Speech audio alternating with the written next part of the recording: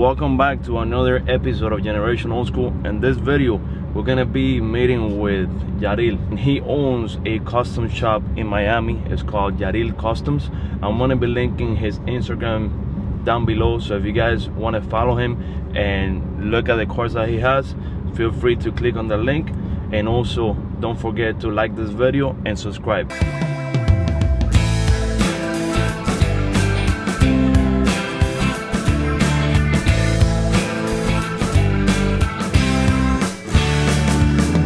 So guys, like I told you earlier, I'm here with Yarilscustoms. Thank you so much for allowing me to come into your shop, man. Tell me a little bit about what you do here. We basically started up here some 15 years ago working on cars. I started off in my house, the backyard actually. Just a passion, a drive for wanting to fix up cars and hearing stories about Cuba from my grandpa and my godfather. So the old car thing just naturally came to me as something I wanted to get into. And I was working in architecture at the time. So I finished my career in architecture. I got my degree. I worked in architecture for like 7 years, but every day after work, I work on cars. So eventually I saved up enough money that I quit architecture. I rented a little warehouse and I just started doing it as a living. So I've been doing it as a living now for probably 15 years. And this is the latest warehouse that I'm in. We basically focus on air suspension. That's how I got started, fixing old cars, making them lower, making them look cooler, and it's evolved. So I've gained skills and gained clientele, gained a lot of knowledge. Here at this shop, what I mostly focus on is air suspension. I work a lot with AccuAir. I work a lot with Airlift Performance, and we do air suspension from old cars to new cars. We take pride in doing quality jobs. We don't do anything fast and quick. You know, it takes time to do it right, and that's what we like to do. We like to put a lot of time into it to make sure that we're happy with it. And then we also do full builds. I'm a one-man shop. I have a helper, but we can't take on every single job. So I interview potential customers that want to build a full project, and if it fits the bill, in other words, they have the budget, they have the taste, they want the final product that fits what I want the shop to look like, then we take on the full build, and we'll build the chassis, the brakes, the engine, the metal work, the paint job. We'll do the whole thing. But we work very closely on designing everything and putting everything together, you know, in-house. 51 Buick. I've had this car probably 15 years. I used to daily drive it, going to architecture school in FIU and going to work in it. It's got the original straight 8. It's the first car that I took the big step of chopping. So this is the first car I ever chopped the roof on. Nice. So it's a very special car to me because I've learned a lot with this car. Wow. It's not something I want to sell. On top of it, we have a 67 Volkswagen Squareback. That's the first car I fully restored. I did that whole car in my mom's backyard. Wow. On a slab of cement, no bigger than 15 by 20. Wow. Just wanting to do it. It took me years. I made a million mistakes, but I wanted to see it done. And I'm happy with it. I love it. Everybody enjoys it. Again, it's another one of those cars that I don't see myself ever selling. Then down here we have my 59 Buick Lesabre 4-door hardtop. I bought this car in memory of my grandpa because when he passed away, we found a picture of him sitting in a white 59 4-door hardtop. He came from Cuba, and he's the one that brought the whole family over. He was a political prisoner in Cuba. He escaped prison. His brother bailed him out. He used to deliver food to the prison, and one day he made him jump in the back of the food truck, and he escaped prison like that. So when he moved to the States, this was the first car he was able to buy, a white 59 Buick. So I built this car and I finished it in time for my wedding. So this was our getaway car at the wedding. Of course, I had to add my flavor to it, so we shaved the door handles. We made the cool custom cruiser skirts to cover the back wheels. Did custom tail lights on it. We're running Buick Skylark wire wheels on it. Custom paint on the roof.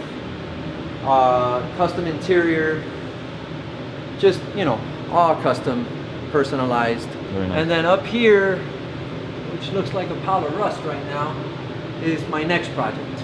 So that's a 41 Buick convertible, super. That's gonna be my next personal project. I try to build a car for myself every once in a while because I get no limitations. I could do whatever I want, however I want, in the color I want. And so that's my next project. And the goal is to drive it cross country like I did with my other project that I did.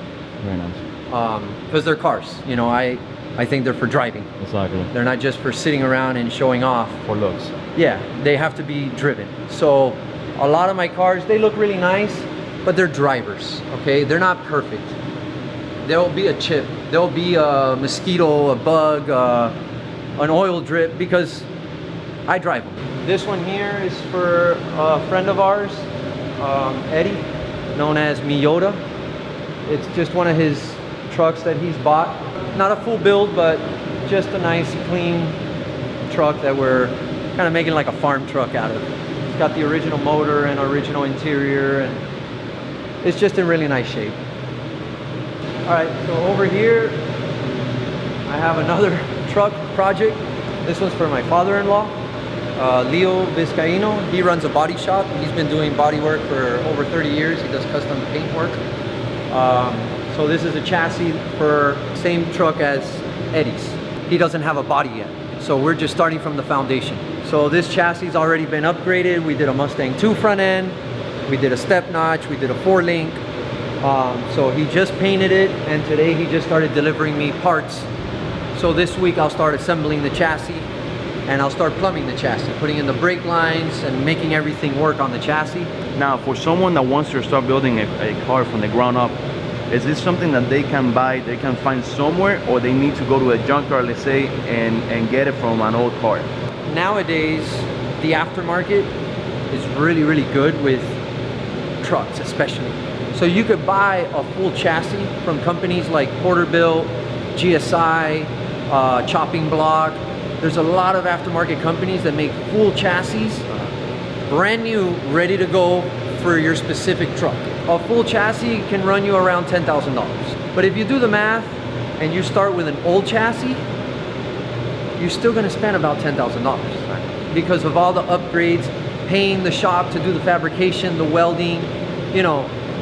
Either way you cut it, you're only gonna save thousands of dollars, which in the long run, it's not a lot of money. So if you're looking to start a project and you already know what body you want, you could buy a chassis.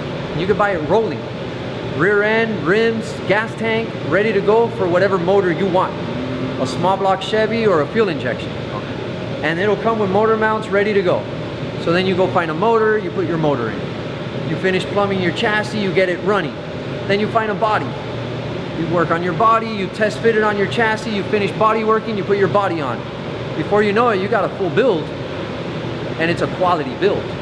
So yeah, there's a lot of different avenues that you could take, you know. Some people are purists, and they want to start with an original frame. So they want the original frame under their truck, and that's cool too. Some people want, you know, the original motor. That's good too. It's all what you want. And then this truck here, it's a 64 C10. This is for a buddy of mine named Manny.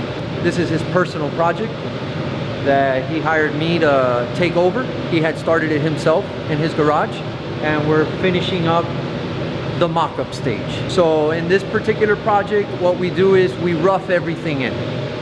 So we're making sure that the truck can lay out, that the motor fits, that the brake lines are gonna work, because we wanna have a nice finish. So we drill all our holes and make all our fittings and fabrication rough.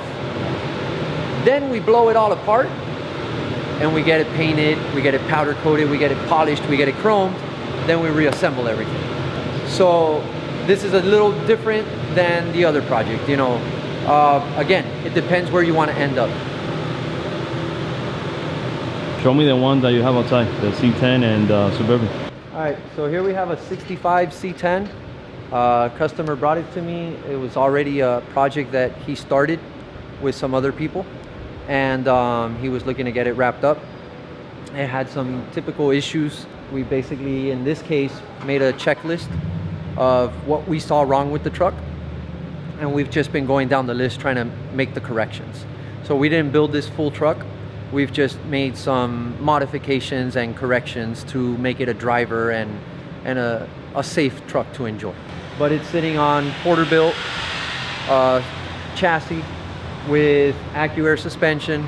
It's got a 6.0 LS motor in it. It's gonna have AC, and it's just a nice clean truck, you know, nothing over the top. Again, this is more of the driver quality. It's gonna have its flaws. The door gaps aren't gonna be perfect, but he's gonna enjoy it and have a lot of fun with it, you know, which at the end, it's what it's about, having fun. And over here we have a Suburban. This is a 49 Chevy Suburban. Again, this is a project that came to me from Kansas, I believe.